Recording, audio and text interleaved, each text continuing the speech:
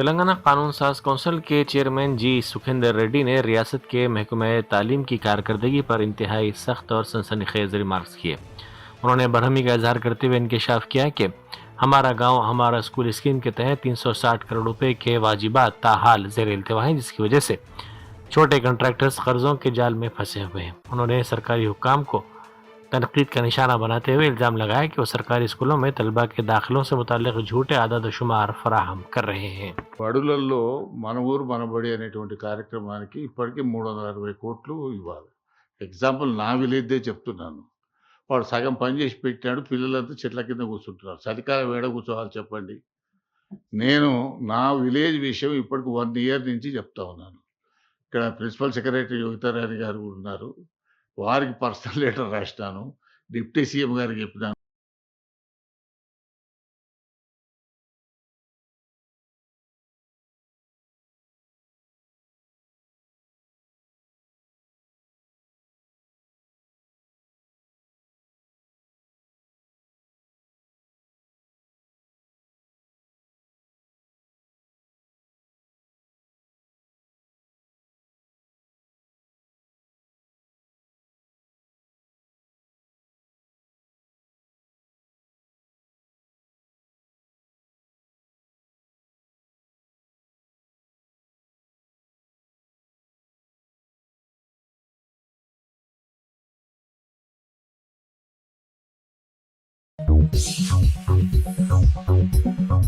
وزیر صنعتیں سری دھر بابو نے دو ٹوک بیان دیتے ہوئے واضح کیا کہ لگا چرلا میں صنعتوں کا قیام ہر صورت میں عمل میں لایا جائے گا۔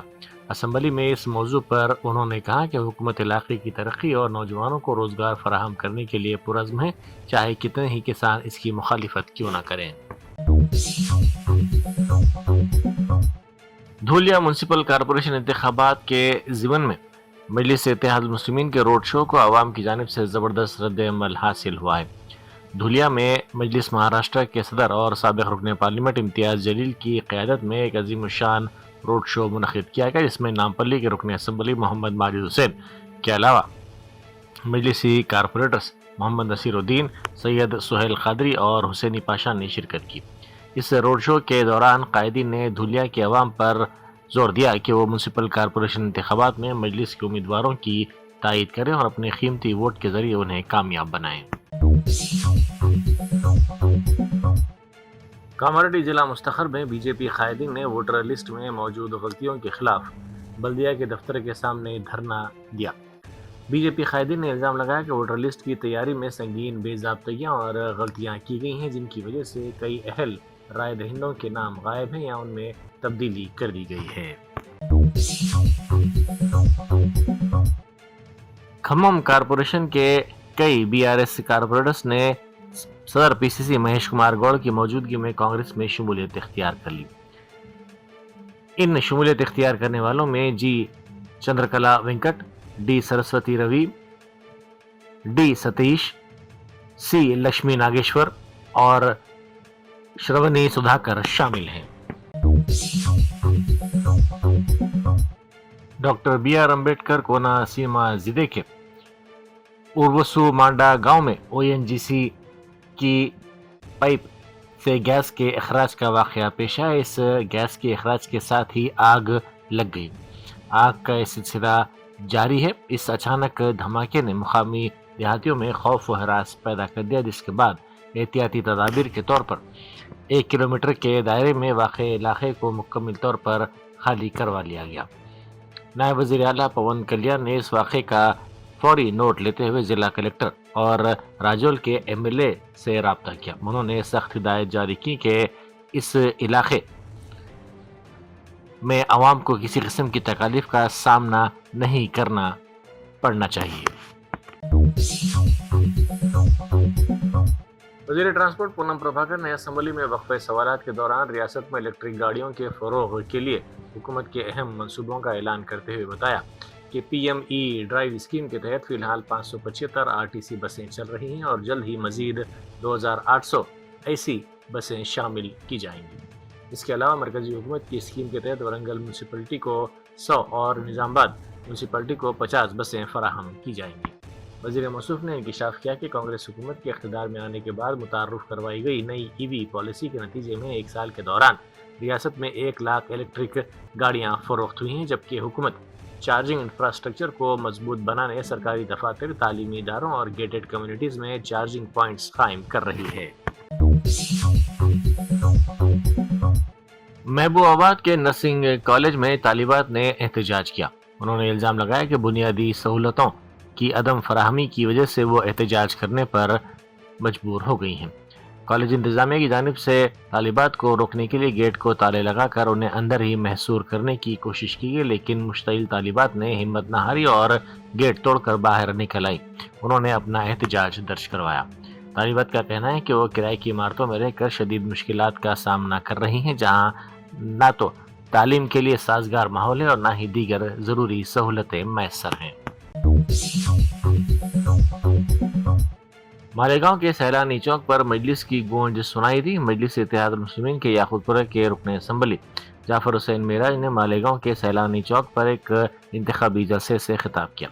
اس موقع پر عوام کا جوش و خروش دیکھنے لائق تھا۔ انہوں نے عوامی مسائل پر روشنی ڈالتے ہوئے مجلس کے امیدواروں کو کامیاب بنانے کی اپیل کی۔ انہوں نے زور دے کر کہا کہ مجلس ہمیشہ عوام کے درمیان رہتی ہے اور عوام کے بھروسے پر پورا اترنے والی پارٹی کا نام مجلس ہے اور یہ اتحاد و ترقی کا وعدہ ہے۔